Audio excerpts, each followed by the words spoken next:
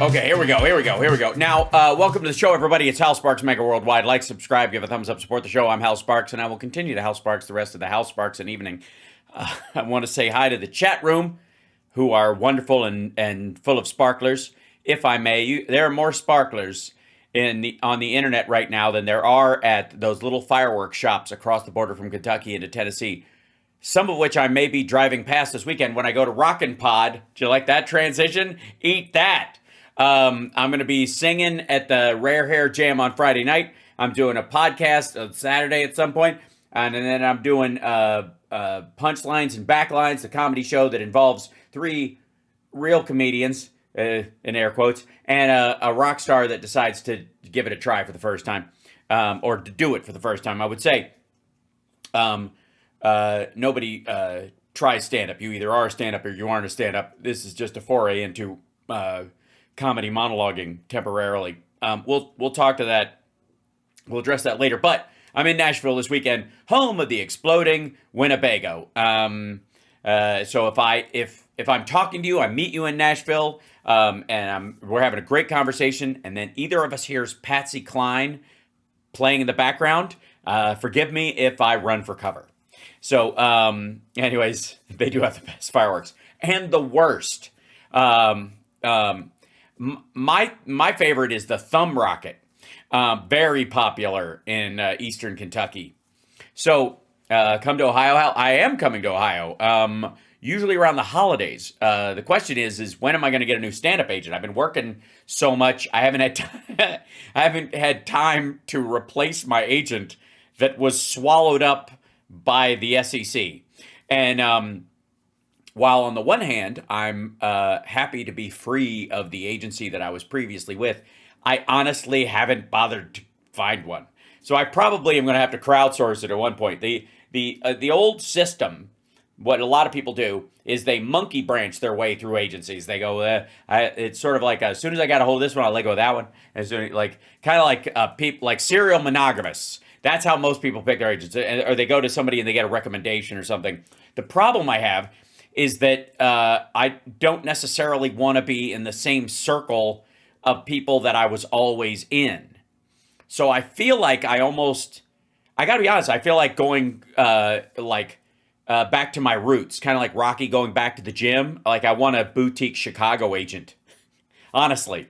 I mean, I got a radio show on the air there already. I love working there as a semi-local. I'm sure I could insist on Rob Glenn allowing me to crash on his warehouse floor if I needed to be a local hire. So, do you like that, Rob? You like me like volunteering you to be my local hire anchor? So I'll find one eventually, and in that will probably be a stand-up agent. But I got to say, we're trying to get this thing off the ground with Ron Hartenbaum, the agent who is the producer is trying to kill Steph for the insurance money, and Frangela and Tara Dublin, of course, and John Fugelsang, where we can go on the road and do the 100 days stand-up thing.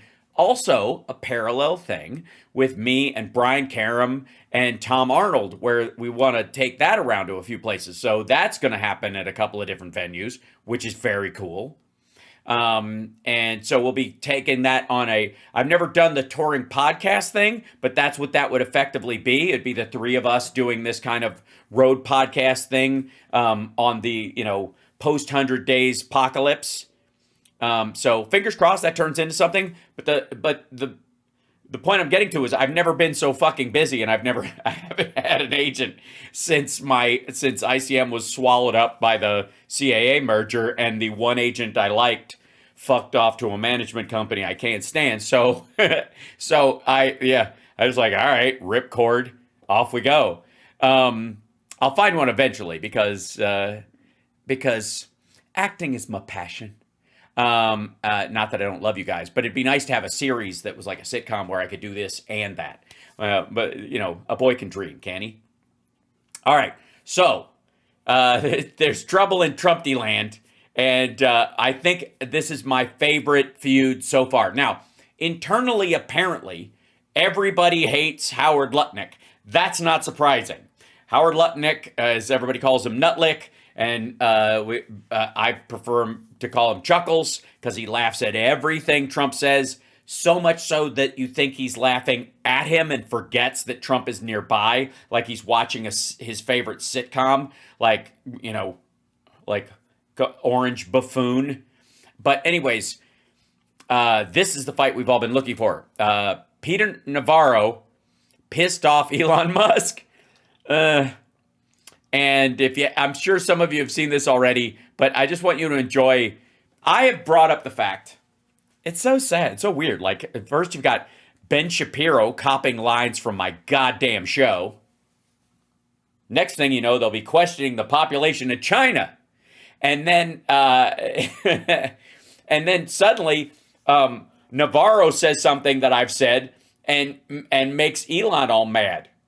All right, I'll show you this. The only whoops, where are you? That's not what I'm looking at. I don't want to look at that truck driving away. You weirdo, you strange person. Let's see, where's this thing? We go to properties, we switch back to here, and we go to this thing. I don't know if it's not this one. This one. That's not the right one. No, that's me, twice. That's fun. This one again. There we go. Now it's up. I'll restart it or something. I need to find a way to shut down and redump these things. But anyways, this is Ron Vara on AKA Peter Navarro, the Carlos Danger of the Trump administration's tariff team, on Fair Value, which is these shows are adorable. On the economic shows I'd love them. Before we get into that, let me say hi, chat room, real quick. Yes, Ben Shapiro is secretly watching me, and I want to invite you guys to like and subscribe and do all the things that I'm supposed to forget. I forgot to say it. Okay, here we go. Now, listen to this description and see if you hear anything familiar. When it comes to tariffs and trade, we all That's jagged. What the fuck is that about? understand in the White House, and the American people understand that Elon. Why in the world am I getting jaggedy audio? Do you guys hear it that way, or is it just me? Am I just the one hearing this? Good God, man! I have to check in with the chat room. Was that? I'm gonna have to reload the page. I think that was just very odd. Oops! I don't want that page. I want this, and then I go to this. All right, maybe I'll open it on X, and that will be the. And they don't want you to do it. I see. Let's see if this will do this here. Was it jaggedy? Yeah. Okay. Good. I'm glad it wasn't just me. Okay, hold on. I'll reload the page. See if that does it. Sometimes that's all it takes. Sometimes it seems like it's X trying to mess with things. Okay, here's the. When it comes to tariffs and trade. Yeah, that's bad. Okay, hold on. Let me make sure it's not like all videos. Donald Trump. It is. I see. Okay, so why? What would that be? Obviously, I have to turn this off and.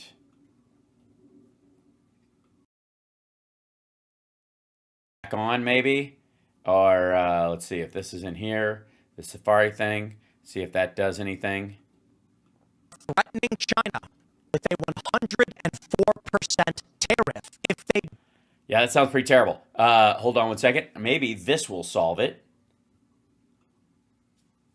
I love these things. I love this. I mean, this is some fun stuff, man. Copy that. Put it in this. See if it's a Chrome problem. Okay. When it comes to tariffs and. Hey, look at that. What do you know? It's a Safari noise program problem, something like that. Okay, get out of here. Close this. Fixed it. Okay. I'll do each one of these this way. So this is back to where we were. So here's Peter Navarro on Fair Value, Fair to Midland.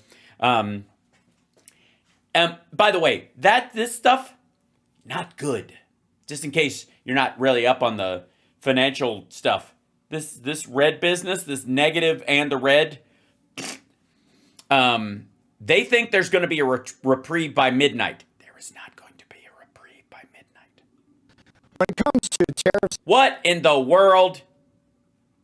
You were fine. Hold on. Is it over here? Is it this monitor that's being weird? What's going on?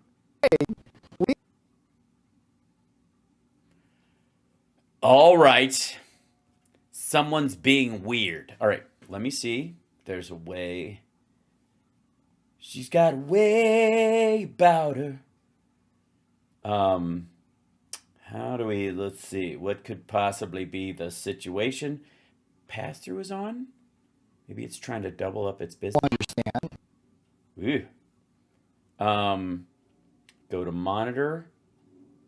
That's on. That's fine. I don't want to monitor my voice. How do I... What's going on? How about this? How about I take out... Let's turn these off. Let's cut this. X. Wait, how do I do it? Delete. Command delete. There you go. And then add it add it again, just for the deck of it. See if that solves it. White House and Grumble. All right, hold on. Chat room, talk amongst yourselves. Hold on. Do I have my... Yeah, hold on. This will do it. I should probably play some hold music under the thing while I work on this. There we go. Hold on. I've got some. I made some for just these circumstances. It's not here. It's where is it? It's over here. There we go. Our computer has decided to eat its own ass. Please be patient while we frantically root around under the desk, muttering, "Seriously, what the hell?" to ourselves.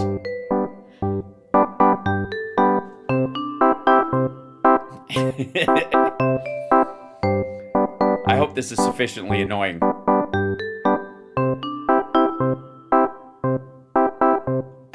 I'd like to kick his ass just once.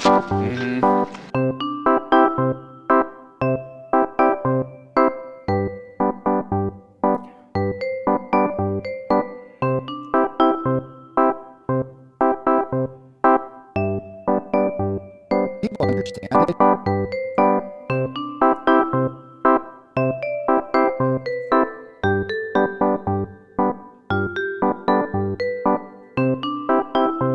All right, reopen. Oh, that's nice.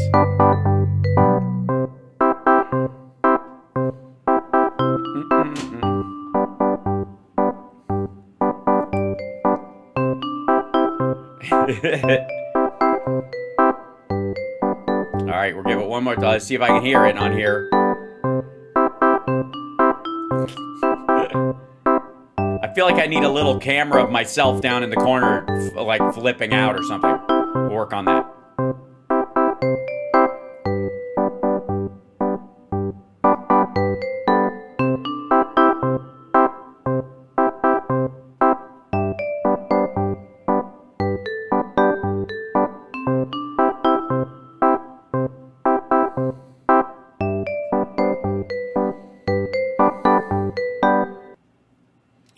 Okay, that's all.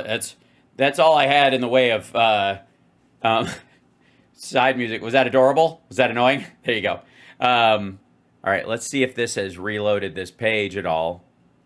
I gotta reload it again, really? Here's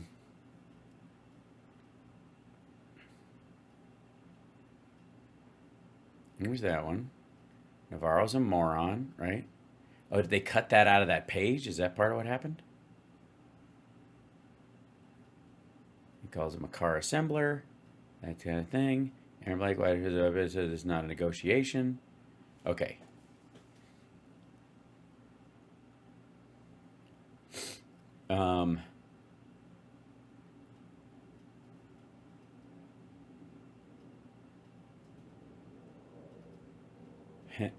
All right, we'll try again. Let's see.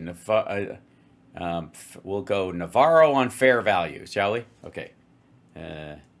Navarro fair value CNBC. Okay. This is, yeah, this is it. So when you say to me, Ed, what do we want? Hey, you son of a bitch, you bastard. All right, there we go. So this is, I think, where he does this. So this is the 7-minute interview with Navarro. Trump's tariffs will help pay for the biggest tax cut in American history. Now, a couple of things. One is, asshole, you're either trying to raise revenue so you can give a tax cut, or you're trying to balance the trade deficit, but you can't do both. It's one or the other.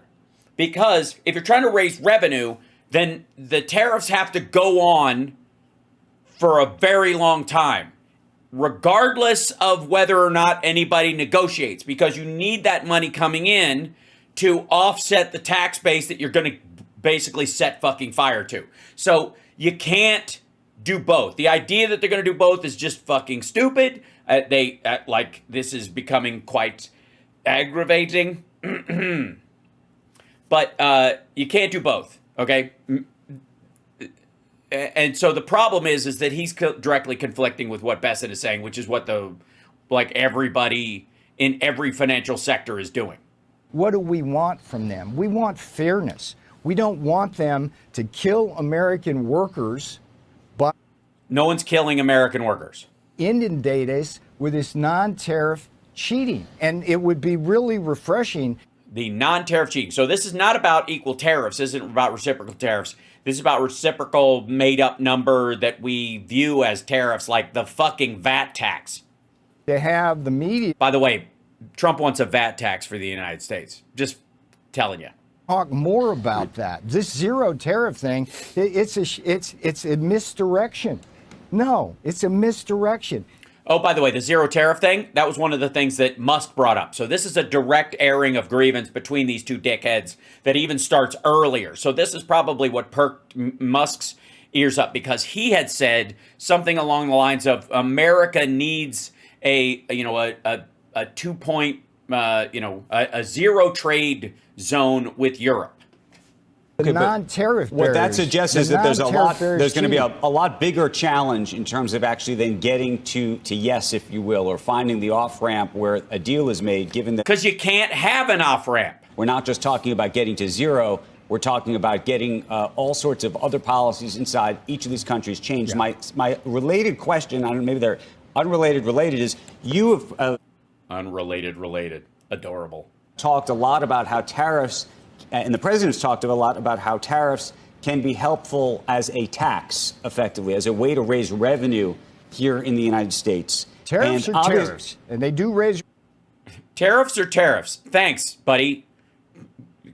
Thank God for Harvard. They will... I see them as a tax cut, Andrew, because they're going to help pay for the biggest tax cut in American history. No, they're not. It's just a reallocation of where the taxes go. They go to the consumer instead of the upper 1%. You're shaving taxes off the richest people in the country, and you're moving that tax burden to the consumer. That we extract from foreigners who are cheating us is going to go to the American public We're not extracting it from foreigners. We're extracting it from our own customers, our own consumer base. Form of debt reduction and tax cuts, including, for example, in our auto industry. Anybody who both. Think about that for a fucking second. Like, you want to talk about stupid? It's gonna be so much fucking money. Not only is it gonna wipe $2 trillion off the federal budget to eliminate the deficit and therefore start cutting into the debt, because that's what you would have to do to cut into the debt. It's also going to lower taxes, which means they are trying to use this as fuel to extend the Trump tax cuts and expand his spending. He's going to spend $1 trillion on military spending. And where are they going to cut it from? Medicare, Medicaid, Social Security. He's like, all of his language about protecting all three of those has softened a lot lately. That's why. an American-made car is going to get a healthy Peter, tax cut. We were given $7,500 away for EVs made partly in China. That's Ooh, okay, so that's where we get started. EVs made partly in China. He means Teslas. That's where this shit starts. I think these are the numbers we saw. If Donald Trump gives away money for American-made cars made in Akron and Flint and Detroit, that's gets our manufacturing Peter, base back. just stick with me, though, for a second. Sure. Either we can collect those revenues, and by the way, there's other people who think it'll be a tax on the American people, but let's just put that aside and assume that you can collect revenues. Either you're collecting revenues, and that's the goal, or you're negotiating with these countries to get to not just zero, it sounds like anymore, but something very different than that. But those two goals seem to be at odds with each other. Not if you look at it as a movie rather than a snapshot. Yes, it's a movie. It's Geely or whatever. It's fucking Ishtar. No, Ishtar was charming. The goal here, ultimately, is to have people make things here. Remember, the president has said early in Austin... But again, if hang that's on, the goal... let me finish the thought. Andrew, Sorry. why are you interrupting? Okay. Let me just finish the thought. The president has said early... You're assuming that thought is going on. Often that the best way to avoid tariffs is to just come here and produce. I mean, if you look at our auto industry, right? We're an assembly line for German engines and transmissions right now. That just doesn't make any sense. In World War II, we won that war because German factories had been bombed to dust, you tit. In World War II, we won that war because we had an ocean between us, and we were spared the vast majority of the bombing. So our factories were not decimated because they had been turned from car plants and washer plants and all the other, fucking hand wringer, dryer plants into military plants, and therefore that made them legal targets. And so everything got bombed to shit. So-called arsenal of democracy. We can't do that anymore. We've got parts all spread all around the globe, and if COVID taught us anything, those supply chains are not resilient. They're not reliable. Right. That's why Biden fixed it in large part, especially with pharmaceuticals and superconductors and electronics. That was the whole point of the CHIPS Act. That was the whole point of his executive order, which Trump didn't upend, on bringing pharmaceuticals back here and directing funding to there. The Congress has added that to the infrastructure bill. There was funding in the American Rescue Act for that as well. I take your point, but I'll tell you, we're going to get to a place where America makes stuff again. We have double the manufacturing in the country that we had in the 90s, output-wise. I mean, we manufacture twice as much stuff. We just do it with stuff that's been made elsewhere as well. Real wages are going to be up. Profits are going to be up. And look, it bewilders me right now in the sense that if you're just looking at this chessboard, it's the market's going to find a bottom. Time to layer in. And if you look at all the good things that President Trump is going to bring you in terms of tax cuts, deregulation, lower energy prices, lower interest rates, Also, you can only get lower interest rates if you crash the fucking economy, dude. That's what it looks like he's doing. I mean, he shared a fucking video that said he was doing it on purpose.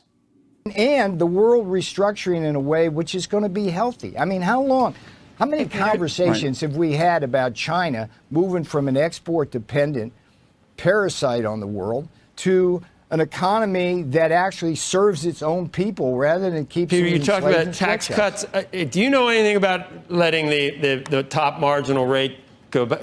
Are you a proponent of letting that go from 37 back above 39.6 to try to pay for some of this other stuff? Because you know how many small to medium-sized corporations pay taxes at those rates if they're Joe, that one's not my lane. I let Scotty well, you and, just said and we're Kevin going do to cut that. taxes. That's not. Invested. You But add look, all this together. No tax you add on all this tips. together, and it's not no looking. tax on overtime. No tax Okay, on I got Social that. Security. tax. Yeah, he can't get those yet, though. Those haven't been passed. Those aren't a thing. They're not in one of the bills. They're not going to happen. And again, you can't even define what the fuck you mean by tips. At least Harris was talking about on hospitality workers. If you buy but a if you raise the auto, top rate, that's not a Republican or a conservative you're tenant. asking I don't the know wrong guy. whose idea was that. So the tariffs are all so you own the tariffs then. Joe, I don't know if I'd want to know that. You're going after me either. for something that I'm not involved in. I can I talk ask you- tariffs till the cows come home. Hey, Becky, Okay, how are you? let's talk a little more about the tariffs, because this idea of who's getting hurt immediately. Oil prices, oil's fungible. They can go elsewhere to buy oil. Things like soybeans, corn, wheat, that could be picked up from other markets too. Brazil is very happy to step in and supply some of those things. Farmers here are already She brought receipts. hurt, already asking for relief like they got under the first Trump administration. If we are raising these tariffs, taking that money. By the way, how about no? How about you only get relief if you didn't vote for this shit? If you voted for this shit, you don't get relief. You should announce that you are a Trump voter and you're willing to take it on the chin. You don't want any government subsidies. You don't want any government support because this is what you voted for, and you're willing to take the pain along with everybody else so that you're not getting like a farm bailout while, mid-level bicycle shops across the fucking country are being decimated and small factories and family restaurants are being shut down. You get a break, but they don't. How about no? How about you going, nope, I'm not going to take any government handouts at all. This is just, I got to weather this storm. This is just like, I'll just treat it like a frost. Turning around and paying the people who are getting hurt with it. How does that benefit the economy, particularly if it leads to a downturn in the economy that costs people jobs? Because, Becky, it brings home our domestic manufacturing. I mean, that's... How does bailing out farmers bring home domestic manufacturing? Be patently obvious to you. That's the whole point. That takes years. Well, it won't do it. It's that if that's the point, it's pre-failed. Are we asking people to be patient for years? That's another one of the debates. How long will this take? Brian of the UAW stands up on Liberation Day, almost steals the show from the boss, and he says he's lived through this whole thing. He watched the factories go away. And now he knows that the factories are underutilized. There's brownfield investment that can be made in auto parts factories that are still there. And it won't take long. But in the even meantime, brownfield will take 18 months to 2 to 3 years, I think, Peter. That's the question. That's a long time to get things back up and running. I remember what I did working in the pandemic, and we were looking at PPE N95 masks that were going to take 6 months to get factories done. We did it in 2 months. It's a fucking paper mask.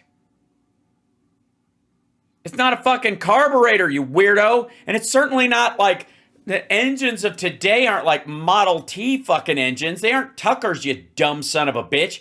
These are highly technical devices now. Jesus Christ. Of course you can set up a stitching factory really quick using emergency powers. This shit, you're gonna create like auto parts for as many variant vehicles as there are out there inside the United States? Or it's just like, I'm sorry, we can do Toyotas, but if you got a Honda or Nissan, fuck you. GM got us ventilators in 14 days. So don't tell me. They bought them from outside the country. They bought them from elsewhere. America doesn't have the wherewithal to move things. We can do stuff. But look, the big picture here. Let's not lose sight of the big picture. We got a 1.2. Also, by the way, can I, just for the record, the ventilator thing was a response to a medical emergency. We can't attach a medical emergency level of focus to every goddamn product in the country. Sorry, a four-door coupe is not an emergency. All the might be nice upgrades that people want from their electronics, from their cars, from any like fucking rugs, whatever the shit we're buying from overseas, you're not going to attach a, holy shit, this is a trade emergency. And that's the power he's using, by the way, which is just fucking garbage. Can we just start there? This whole thing of like declaring our trade deficit with the rest of the world a fucking emergency in its front is illegal and stupid. Of course we have a trade deficit. If we recovered faster than anybody else, thanks Joe Biden, and the rest of the world was slow, they're not going to buy as much stuff from us as we are from them anyways, and they certainly aren't going to buy like a higher amount than they used to. If they're a lag and we're ahead of everybody, the trade deficit's going to get wider because of the resources available to the American consumer, not because they're fucking cheating us or some bullshit. $1 billion trade It's just deficit. weird. But all this is predicated on the idea that they just want to pretend COVID didn't fucking happen. They also want to pretend the wall works. Here we have since the trade war began, when the world declared war on us back in 1979, we've accumulated $18 trillion of money we've had to transfer into foreign hands. That's about 2/3 of an annual GDP. That's just totally unsustainable. Why? It just sounds like our economy expanded out into other countries and that our currency is used in those countries.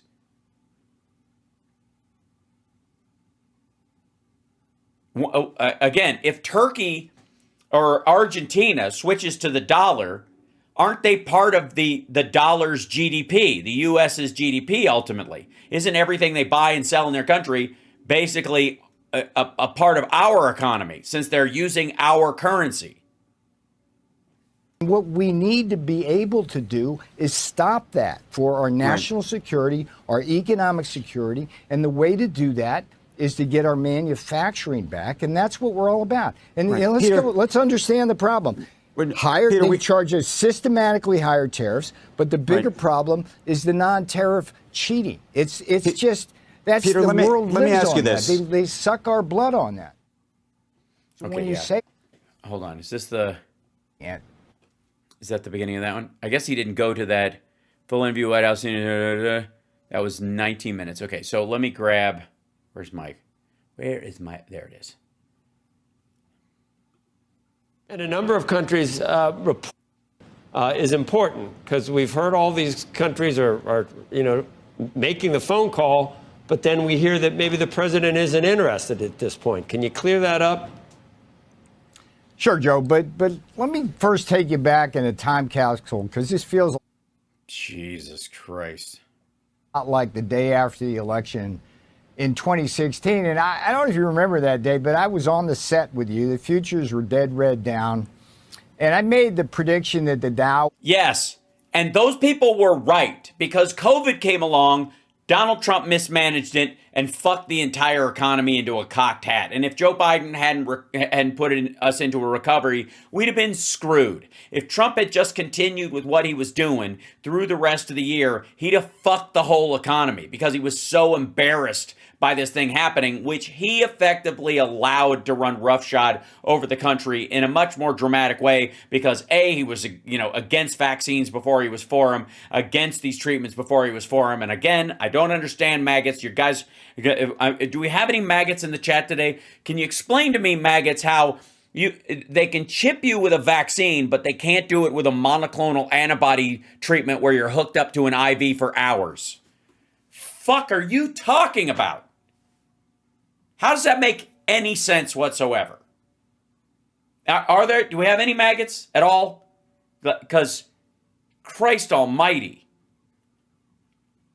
How does that work? How is it that they can poison you or chip you with a vaccine, which is a single or a shot with a follow-up, but the 4 hours you spend with a fucking monoclonal antibody bag attached to you, dumping it into your body, they can't fill you with chemicals and a fucking microbial tracer system that follows you around, listens to your thoughts, or whatever the shit you guys believe? They can't do that with the MABs, but they can do it with the vaccine? Well, I'm sorry, is the needle the wrong size? Besides the fact that they're the same fucking size? Seriously. Oof. All right, back to this dipshit. I love you guys. Holy smokes. hit 25,000, and Andrew's head exploded. Is like, well, but you correctly pointed out that wasn't that heavy a lift, and we did hit that not in 4 years, but in less than 2 years. And what I'm seeing, Joe, is a beautiful situation where we will hit 50,000 on the Dow. By the way, there was a guy who bet him $100,000 today that we were not going to hit 50,000 on the Dow. Going to have a broad-based recovery in the S&P 500. The market's trying to find its bottom now. The thing I would say to retail investors is don't get panicked out by all of this. And what the retail investors are a large part of the market these days, but they're not the significant part. The institutional investors are the ones who will make the decision about how high or low this market goes. Could have added to that fine truth was the fact that the biggest tax cut in American history, the broadest base tax cut in American history, is coming within a matter of months. So any discussion of recession seems silly when you factor that in. Plus, the Fed is not going to do its job, but the long bond is doing it. We're lowering our oil prices, which is just We're not lowering our oil prices. OPEC is lowering our oil prices, and China's slowdown is lowering our oil prices. Right. And here's the one other thing I want to say macro-wise, Joe, because look, this is all about people worried about global recession. That's what they're worried about. No, they're not. They're not worried about global recession. Do not pawn that off on your weird anti-Jew shit. We're worried about an American recession, dummy. America first. The restructuring that's going to happen, Joe, globally is going to start with China and Vietnam and Germany, heavily export-dependent countries. They're going to have. Sorry, why are we blaming Germany and Vietnam? We moved to Vietnam from China for a reason. One, to avoid slavery, especially when it comes to fucking cotton. And Apple wanted to move their factory to there until such time as they could open their giant vending machine over here, which is what they're going to do. And why the fuck are we... Why do we give a shit about Germany's industry? It's teetering on the brink anyways. What I mean, this seems like this is all born out of the fact that Trump sees a lot of Mercedes and shit in the parking lot of Mar-a-Lago more than it has to do with the general car market in the United States. Engage significant fiscal stimulus to reorient their economy. So that thing is going to go on. In the meantime, we're going to... Yeah, this is what you call reorientation towards the floor. I think they're much bigger than most people thought. And I think from policy institutes on both sides of the aisle, the methodology that was used has been universally derided as being non-serious. I don't know whether you know exactly who came up with the formula, but it allowed you to... White House economists, okay? It was the White House. I think I have a audio of that guy showing up at work. Oh, hello there. Right, sorry. Oh, hello there. There you go. At least characterize most of these countries as being their tariffs well above the reality of the situation, so that when you say that we're going to do half on them, it was much higher than anyone anticipated. And yeah, him cutting them in half was like 5 times their actual tariffs still. I think you'd have to concede that this was not the market reaction you were looking for. There's a way of maybe incrementally trying to accomplish some of the things that the president wants to do in a reasonable, serious way. Except nobody knows what the fuck he wants to do. He's got 3 different fucking goals. This just almost across the board has caused what you're seeing in the stock market, and a lot of head scratching and head shaking on whether anyone really knows what they're doing in this case, Peter. All right, well, Can you at least acknowledge that? Sure. No, I can't, because here's what I'm seeing. You're throwing a lot of stuff at me. First of all, the methodology was perfectly sound. It was done by Yeah, it's White House economics. House of Economic Advisors. The Council of Economic Advisors. Okay, who the fuck is that? Maybe we'll look at this. Hold on. Do we know? Like Trump's? Hold on. Let's just check, shall we? Let's see. Trump's Council. Oops. I can type. of Economic Advisors. Who? All right. Okay, fuck off. No, go away. We don't pass off. Go away. All right. President appointed members of his Council of Economics and members will work with the CEA chairman, Stephen Moran, as well as the rest of the president's economic team to deliver the... Okay, hold on. That's only part of them.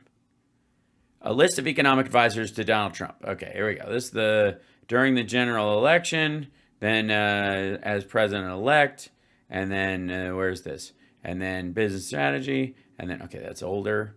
That's from 2016. WhiteHouse.gov, Council of... Okay, about... Who are they? So, Stephen Moran, chair, Pierre Yared, and Kim Rule are members of the CEA.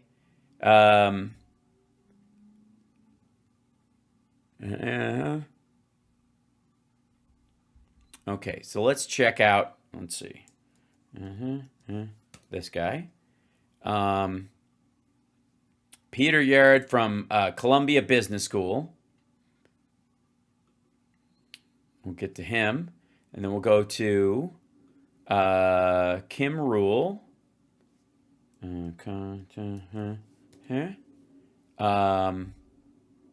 Boy named Kim.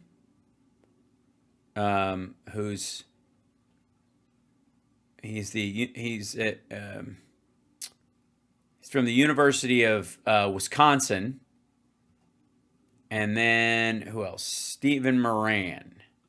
These are the three. I'll show you these guys in a second. Who's the main dude? Yeah. So, Stephen Moran is the primary lunatic. And then he's got whoever the fuck these other guys are working on his behalf. So, this is Stephen Moran. Trump advisor releases insane list of demands for tariffed countries. Top White House economist Stephen Moran apparently wants free handouts from other nations. Put out a list of to start burden sharing. Chair of the Council of Economic Advisors delivered a speech at the Hudson Institute, complete with a to-do list for other countries looking to lighten the load of unfair barriers to trade and unsustainable trade deficits have supposedly inflicted on the United States. Moran said these factors have led to a decline of our manufacturing workforce by over a third since its peak and a reduction of our shared world manufacturing production of 40%. It's worth noting that while manufacturing employment has gone down, U.S. manufacturing output is up to an all-time high as of December, nearing its all-time high of December 2007. Who exactly will actually work on these hypothetical manufacturing jobs? Nobody knows. Burden sharing, for instance. Countries could roll over and accept Trump's tariffs without retaliation. That's one of the options they give them. Stop unfair and harmful trading policies by buying more American products that they don't need or can't afford. They won't face their things again. Moran said the country should simply write checks to the Treasury Department. The CHR did not indicate whether compliance with these suggestions would alleviate that in some cases. So I guess they can write these checks, but it won't necessarily do them any fucking good. Moran urged other countries ought to comply with Trump's demands for more money because of global public goods that the U.S. provides, including global security and the dollar and other reserve assets. So we become a fucking protection racket, is the theory. In my view, we continue to provide these twin global public goods. There needs to be improved burden sharing at the global level. If other nations want to benefit from the U.S. geopolitical and financial umbrella, then they need to pull their weight and pay their fair share. The cost cannot be solely borne by everyday Americans who have already given so much. Okay, that's not how the public goods work. If you have to pay to use them, then they're not actually public goods, right? Singled out China as America's biggest adversary, responsible for weakening manufacturing, even blame it for the 2008 financial crisis, which makes no fucking sense at all. Trump is currently mounting a trade war, blah, blah, blah. Moran insisted the U.S. would somehow survive not being able to do business with its largest trading partners. America has plenty of substitution options. We can make stuff at home. We can buy from other countries that treat us fairly instead of from countries that take advantage of us. He put a trade tariff on everybody, asshole, that didn't exist before. All you did was raise the cost of goods in countries that can't adjust their prices the way the Chinese can. Trump said Sunday he told global leaders they want to erase the U.S. trade deficit because any deficit is a loss, which is fucking weird. And that's not quite how the economics works at all. Trump advisor says countries offering zero tariffs isn't good enough. I think that's Navarro. Yeah, okay. So this is the same shit we're talking about. But this dickhead, this seems to be, Moran seems to be the asshole behind all this stuff. And Kim Rule, who's this guy right here, hold on a second. He's on leave. Let's see, workshops, grow, research. This is his research stuff. Recovering credible trade elasticities from incredible trade reforms, March 2025. This is his last piece with these folks. We study how trade policy dynamics affect the dynamics of trade volumes and the implications of these effects in the estimates of the trade elasticity. We use data on U.S. imports and trade policy from 1974 to 2017 for China and Vietnam, the countries with a heterogeneous firm dynamic trade model, to discover the dynamic path of the trade elasticity following an unanticipated permanent tariff change. Oof. Unanticipated permanent tariff change. We estimate a short-run trade elasticity of about 3 and a long-run trade deficit of about 14, and find that it takes about 5 years to close half of the gap between the current and long-run levels of trade. 5 fucking years. So why wouldn't anybody just wait it out, you dumb son of a bitch? If it's going to take 5 years and the president he's only going to be in office for 3 and change, and he's going to be in an election year in the last year, so you could basically wait to bend him over a table till then if you needed to desperately. But all you got to do is hang out and go, fuck this, dude. If you're going to make your own citizens eat it, we can eat it. At least we're in a defensive posture to try and maintain our economies. You attacked first. We can hold out, and it's cheaper to just pay the tariffs in the interim instead of moving all our trade shit over there, knowing there will be a reversal. And if there isn't one, then we could start a full-fledged trade war with whoever the fuck is coming in next time. So he's a dipshit, and that Kim Rule's a dipshit. And then there's this guy. He's from Columbia. He's a MUTB professor of international business, currently on leave to serve as vice chairman of the Council of Economic Advisors, of which there are seemingly only 3 fucking people. So is Kim Rule the only one who's a member, and these 2 guys oversee the council of 3 dudes? Guilty. Previously served as Senior Vice Dean for Faculty Affairs and Vice Dean for Executive Education at Columbia Business School. His research, which has been published in leading academic journals, studies the political, economic, and macroeconomic policy. Yara teaches Global Economic Environment, a core MBA course in macroeconomics, for which he received the Dean's Award for Teaching Excellence. You might want to take another look at that shit. He wrote a book with Nicholas Vincent in 2021 called Intermediate Macroeconomics. His articles, Changing central bank pressures and inflation. This is in 2024. And then A Theory of Fiscal Responsibility and Irresponsibility in 2024. Same kind of zone. Central bank credibility and fiscal responsibility. A lot of that fiscal responsibility shit that he's throwing around there. He seems to be the debt hawk. That seems who this asshole is.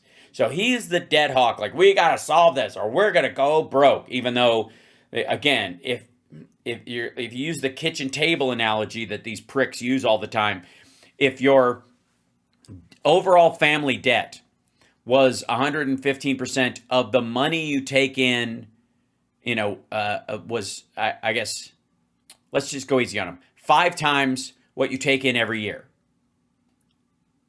and you have a 30-year mortgage, are you in deep shit yet? No, you're not. Even if you're paying a tremendous amount of interest, the idea is that eventually you would refinance some of that at a later date and spread out over a longer period of time. You'd be able to arc it towards paying principal at some point, and that would be the goal, so that you wouldn't upset the apple cart and you wouldn't have to sell the fucking roof of your house in between now and the next time it rains. Good God. Would you please sing happy birthday to Coretta? Absolutely. Happy birthday to you. Happy birthday to you. Happy birthday, Coretta. Happy birthday to you and many more. All right. I like it. Okay, that was good. So back to this dipshittery. Fuck me. on long-term studies that are in the academic literature, and the people taking pot shots at us are the same people that always take pot shots at us. No, I'm not taking pot shots. I am directly criticizing your methodology, your reasoning, and your absolute blind loyalty to a dipshit who bankrupted a casino. These aren't pot shots, you dumb motherfucker. Institute, Peter. Of course. Joe, come on. The American Enterprise Institute has been against it. Conservative, Larry Lindsay. Let's not get buried down in those weeds now. Yes, let's not get buried in the weeds of conservatives who, what the fuck do they know? Again, it's odd to be on on an agreement level with Peter Navarro, but for different reasons. But they're your dudes. All of a sudden, the American Enterprise Institute is full of shit. All of a sudden, Cato's full of shit. All of a sudden, these guys don't know anything, even though you were relying on their support in the last term and in the lead up to this election. You asked me a serious question. Was the president willing to... Which was your first mistake. ...negotiate? What we have here is a national emergency based on... We do not have a national emergency. We don't. We don't have a fucking national emergency at all. That's just bullshit. The U.S. economy took off after COVID because of proper management by the Biden team and financial support from within to guarantee that it didn't collapse, and got ahead of the scramble for limited resources that would happen after COVID. And therefore, it widened the gap between it and other countries. And so therefore, the trade gap is going to reflect that. Why am I what, ladies and gentlemen, why am I, there's got to be other geniuses roaming about. Massive chronic trade deficit. We don't have massive chronic trade deficits. We have fluctuating trade deficits and surpluses with some countries. We have a wholesale relationship with China, which is not the same fucking thing. We buy finished goods, cheeses and champagnes and fucking dates and mangoes and shit like that from European and South American countries, and fucking coffee. We buy finished goods or foodstuffs from these countries as they are, fucking boxes of bananas. And then we design things here, order them in China, have them made and brought back to here, and are resold. They slap a sticker on them or they add something to them, and then they sell them not just here but to the rest of the world. And those are two separate trade relationships.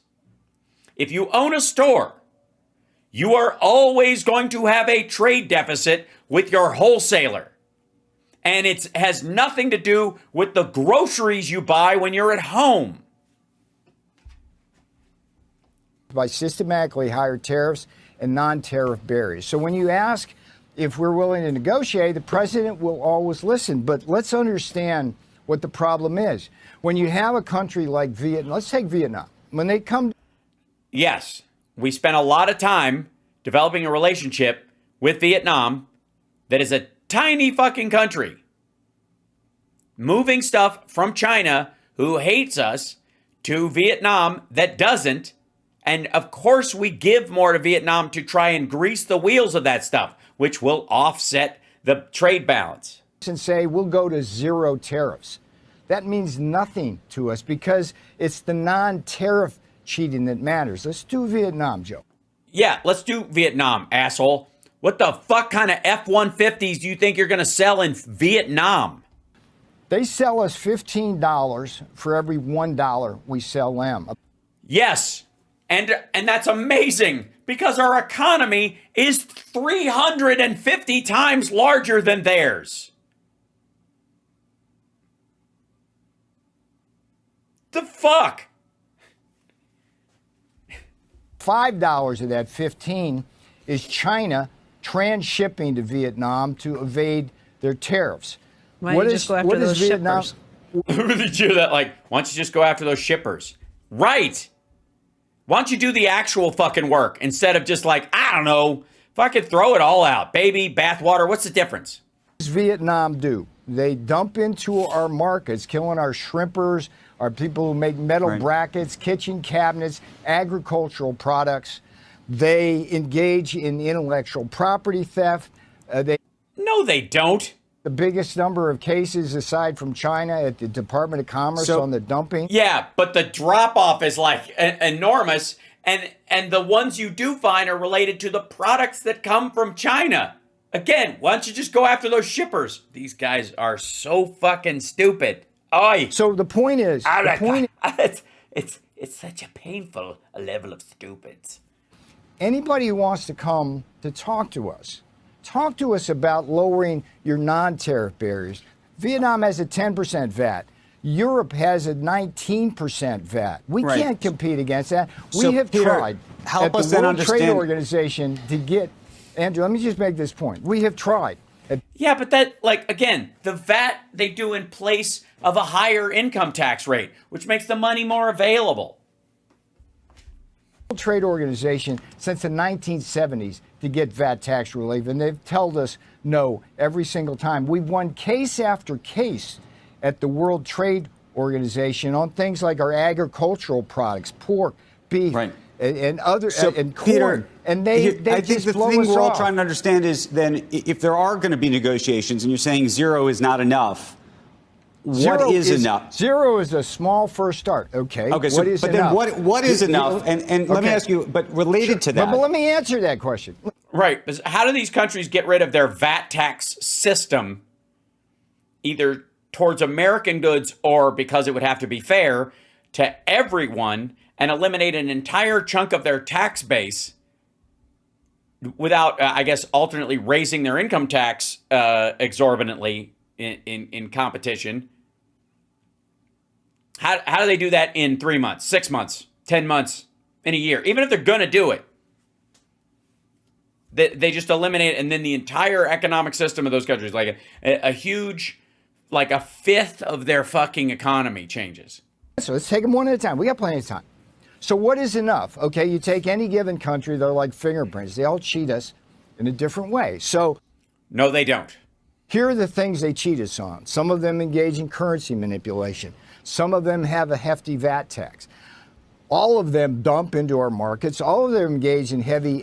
Also, again, dumping into our markets because our consumer base buys those things at cheaper, or because they're not available at all in the United States. That'd be the other thing. Okay, so if they're dumping in the markets, you can direct tariffs for that. That would be the steel tariffs, aluminum tariffs, even the alleged washing machine tariffs, which Trump took from Obama and continued. Those kind of tariffs, those are targeted. Those are for a reason. But you don't solve for that one industry at the expense of the rest of your entire fucking economy. Subsidies and government subsidies, all of them put up these phony technical and phytosanitary barriers to our ag products and our autos and everything in between. Many of them steal our intellectual property. A lot of them run sweatshop labor, including forced child labor. They have pollution havens. So when you say to me, then explain to me why Trump has his hats made there. He just likes child labor? Is that the reason? What do we want from them? We want fairness. We don't want them to Yeah, we want them to allow Florida to reinstitute child labor. American workers by inundate us with this non-tariff cheating. And it would be really refreshing to have the media talk more about that. This zero tariff thing, it's a misdirection. No, it's a Okay, that's the part where he goes into that shit. And then we get to, if we can, I think maybe this took time and it actually loaded. Okay, that's when he quit the live stream. Elon Musk rage quits live stream after being cyberbullied by gamers. I don't know if you saw this, but he was Mr. I run 5 companies at once, was playing the game Path of Exile 2 on Saturday. And he kept getting killed, and so they were mocking him for it, and so he quit. He claims to be one of the top players in the world on a bunch of different games. But this one, they hell hate Amy Coney Barrett. And meanwhile, Ice Barbie is pointing her fucking gun at a soldier's head like a dipshit. What the fuck is that, lady? But on top of that, if I may, where's the? We'll get to that. We'll go down here. They've moved it down. Yeah, this is it. So see if this will play again after all this nonsense. Yeah, he called him Peter Retardo, by the way, was one of the primary ways that he did it. And then that's one of the other ones. There seems to be, maybe I'll look at the reader version of it. This will somehow allow it all to be in here because it just doesn't want to play. See that? I think they did a hit on this or something. Yeah, okay. The car assembler. Let's see if we can find that thing. There we go. Yeah, this is it. Okay, so this is that piece. Gonna eat healthy today. Start I with am. oatmeal. I don't know. So why don't you feel great? Turns out oatmeal can make your glucose spike, which could actually make you want to eat more. Get the What an Lingo asshole. Biosensor to see what food is right for you. Understand your body with Lingo. That's Peter, the let me world ask lives on you that. this. They suck our blood on that. Peter, let me ask you this. Elon Musk, who the president has described as a genius repeatedly, Yes, I think I have a quote from him. Oh, hello there. came out over the weekend and said that he at least implied two things. One, that he's not in favor of these tariff program the way it's structured currently, suggesting he wants it, he wants 0-0 across the board. But he also took a shot at you and took a shot at you personally. Have you spoken to him? No, but we'll speak. I'll probably see him today in the Oval. It's no big deal. Here's the thing. It's like Elon. Yeah, by the way, it is a big deal. No, Elon. Why is he? If Elon's against this, then he's Andrew, so again, smart. let me finish. Let me finish here. I'm just about to tell you.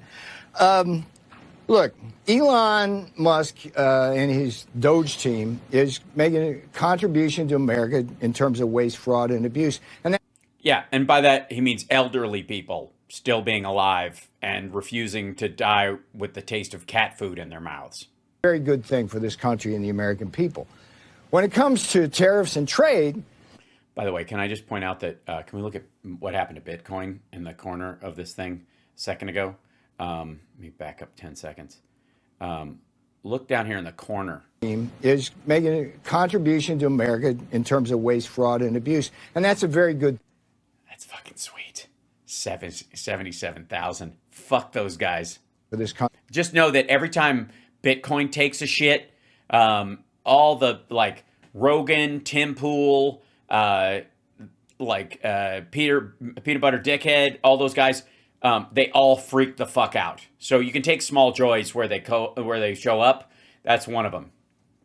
The American people.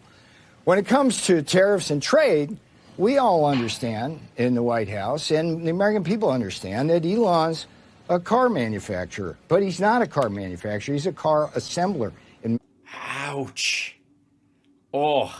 cases. If you go to his Texas plant, a good part of the engines that he gets, which in the EV case is the batteries, come from Japan and come from China. The electronics come from Taiwan. The tires come. What we want, and the difference is in our thinking and Elon's on this, is that we want The difference between our thinking and Elon's. I'm just going to enjoy this.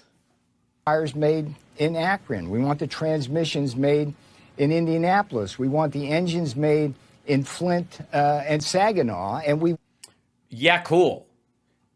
But they're not going to be made there for at least 2 years. want the cars manufactured here. It's like this business model where BMW and Mercedes come in to Spartanburg, South Carolina, and have us assemble German engines and Austrian transmissions. That doesn't work for America. It's bad for our economics. It's bad for our national security. We want them to come here. And with Elon, it's fine. He's a car man. He's a car person. That's what he does. And he wants the cheap foreign parts. He's a car person, and he wants the cheap foreign parts. We understand that. But we want him home. We want him home. Peter, you for our expect- national security and economic security, and everything's good with Elon. You It's no expect problem. deals near you. Yeah, it's all good. Everything's good with Elon. It's awesome.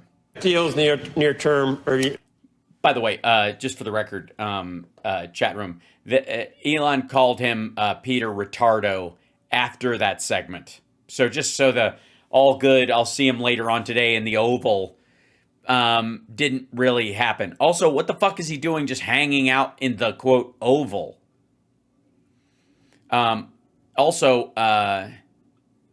This is, here's the one response to it. By any definition whatsoever, Tesla is the most vertically integrated auto manufacturer in America with the highest percentage of U.S. content. Navarro should ask the fake expert he invented, Ron Vera. So that's shots fired. He's and this is a hit at Teslas in general. He wants the cheap foreign parts. Drive around in your Patriot Cybertruck with your fucking Trump assassination mural on the side of it, full of cheap foreign parts. I gotta say, I enjoy this part of it. I like seeing these assholes eat each other's faces. It's a little bit, like I said, like watching Godzilla and Mechagodzilla fighting. You're like, I'm still concerned people are going to get stomped on.